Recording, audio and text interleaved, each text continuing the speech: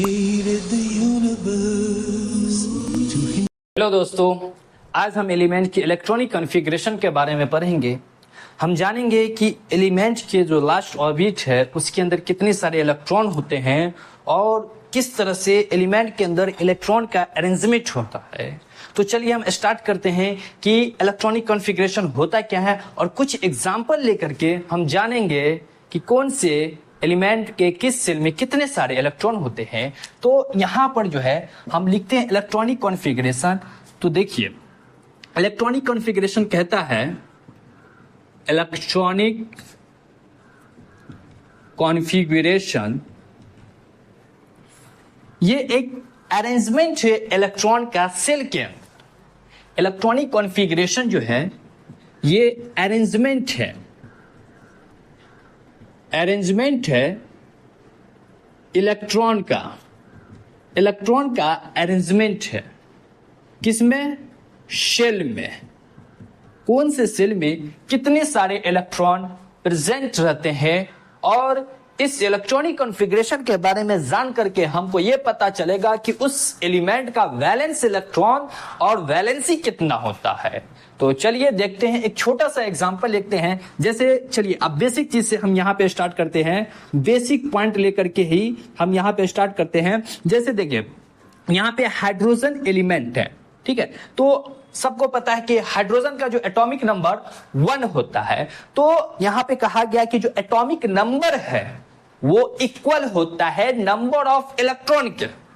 मतलब कि हाइड्रोजन का एटॉमिक नंबर 1 है, हाइड्रोजन का एटॉमिक नंबर 1 है, तो इससे यह पता चलता है कि इसके पास एक इलेक्ट्रॉन है। और एक इलेक्ट्रॉन कौन सा सेल में है, यही तो हम मुझे जानना है। इसका एटॉमिक नंबर 1 है, इसका मतलब हुआ कि हाइड्रोजन का एटॉमिक नंबर 1 इलेक्ट्रॉन कितना? 1 इलेक्ट्रॉन है, ठीक है। तो यहां पे हमने इलेक्ट्रॉनिक कॉन्फ़िगरेशन का ऑर्डर लिखा है कि जो इलेक्ट्रॉन फिल होगा, इलेक्ट्रॉन को जब मैं भरूंगा तो सबसे पहले वो 1s में जाएगा। इलेक्ट्रॉन को जब मैं फिल करूंगा तो सबसे पहले वो 1s ऑर्बिटल में जाएगा। और मैं आपको ये बता दूं कि s के अंदर मैक्सिमम जो है, s में मैक्सिमम 2 इलेक्ट्रॉन को ही हम फिल कर सकते हैं। उसके बाद यहां पे आप देख रहे हैं ये p ऑर्बिटल आता है। p में हम मैक्सिमम जो है 6 इलेक्ट्रॉन को फिल कर सकते हैं। उसके बाद आ जाता है डी ऑर्बिटल में मैक्सिमम जो है 10 इलेक्ट्रॉन, मिनिमम जितना जरूरत होगा। अगर 10 तक ये फिल हो गया है डी वाले तो उससे नेक्स्ट ऑर्बिटल को देखेंगे, ठीक है। एफ में जो है मैक्सिमम जो है 14 इलेक्ट्रॉन को फिल करेंगे। एफ में मैक्सिमम 14 इलेक्ट्रॉन को फिल करेंगे। तो यहां पर हाइड्रोजन का एटॉमिक नंबर 1, हाइड्रोजन का एटॉमिक नंबर 1 है। तो हाइड्रोजन का एटॉमिक नंबर 1 है तो सबसे पहले हम s ऑर्बिटल में जाएंगे, फर्स्ट सेल में। s ऑर्बिटल में जाएंगे फर्स्ट सेल में 1s। हाइड्रोजन का एटॉमिक नंबर 1, इससे यह पता चलता है कि इसके पास एक इलेक्ट्रॉन है। तो 1s ऑर्बिटल में जो नंबर ऑफ इलेक्ट्रॉन होते हैं तो इस ऑर्बिटल के ऊपर में हम यहां पर लिखते हैं 1s1। मतलब कि हाइड्रोजन का एटॉमिक नंबर 1 है तो s ऑर्बिटल में जो है इसका एक इलेक्ट्रॉन है। s ऑर्बिटल में इसका एक इलेक्ट्रॉन है। तो जितना एटॉमिक नंबर होता है उतना नंबर ऑफ इलेक्ट्रॉन होता है। जैसे दूसरा एग्जांपल हम लेते हैं बोरॉन का। दूसरा एग्जांपल लेते हैं बोरॉन का। इसका एटॉमिक नंबर जो है, बोरॉन का एटॉमिक नंबर होता है 5, तो इसके पास 5 इलेक्ट्रॉन है। एटॉमिक नंबर बोरॉन का होता है 5, तो इसके पास 5 इलेक्ट्रॉन है। 5 इलेक्ट्रॉन है मतलब 5 इलेक्ट्रॉन को हमको फिल करना है। तो आइए यहां देखिए 1s s में मैंने बोला मैक्सिमम 2 इलेक्ट्रॉन जाएगा। s में मैंने बोला मैक्सिमम 2 इलेक्ट्रॉन जाएगा।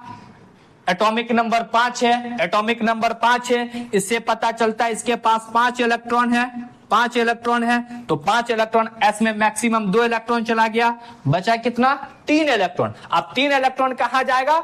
ये सेकेंड सेल के s ऑर्बिटल में जाएगा। सेकेंड सेल के s ऑर्बिटल में जाएगा। मतलब 2s में जाएगा। तो 2s में जाएगा तो ऐसा नहीं है कि तीनों इलेक्ट्रॉन को हम इसी में पुट कर देंगे। s ऑर्बिटल में मैक्सिमम 2 ही इलेक्ट्रॉन रहता है। 2 इलेक्ट्रॉन इसमें गया 1s में 2 इलेक्ट्रॉन गया, उसके बाद बचा 3 इलेक्ट्रॉन बचा। अब 3 इलेक्ट्रॉन जो बचा तो ये सेकेंड सेल के s ऑर्बिटल में 2 इलेक्ट्रॉन को पुट करेंगे। 4 इलेक्ट्रॉन भरा गया, 4 इलेक्ट्रॉन को फिल कर दिए हैं। 1s में 2 इलेक्ट्रॉन गया, 2s में 2 इलेक्ट्रॉन गया, उसके बाद बचा कितना 1 इलेक्ट्रॉन। 1 इलेक्ट्रॉन कहां जाएगा, ये 2p में। 1s में 2, 2s में 2, उसके बाद 2p में 1 इलेक्ट्रॉन जाएगा।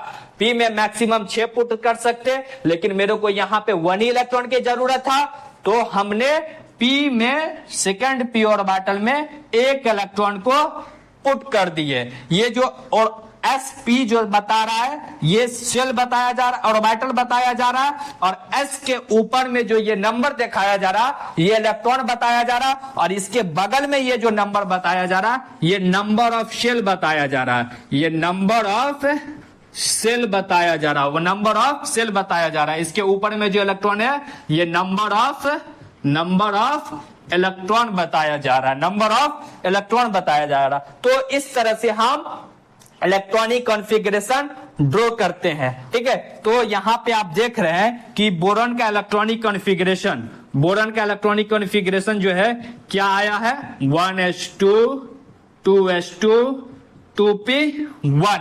तो इसका वैलेंस इलेक्ट्रॉन जो इसके लास्ट ऑर्बिट में प्रेजेंट है। तो फर्स्ट सेल में कितना इलेक्ट्रॉन है, 2 इलेक्ट्रॉन है। फर्स्ट सेल में 2 इलेक्ट्रॉन है। सेकेंड सेल के s और p ऑर्बिटल में कितना इलेक्ट्रॉन है, 3 इलेक्ट्रॉन है। तो इसका वैलेंस इलेक्ट्रॉन कितना हो जाएगा,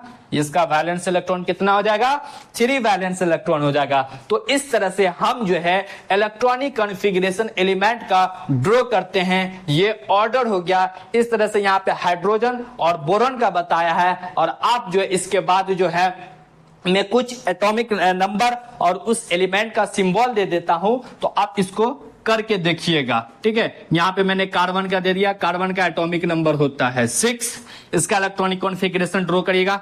नाइट्रोजन का होता है 7, ठीक है। सोडियम का होता है 11, ठीक है। मैग्नीशियम का होता है 12, उसके बाद जो आ जाते हैं फास्फोरस का होता है 15, कैल्शियम का होता है 20।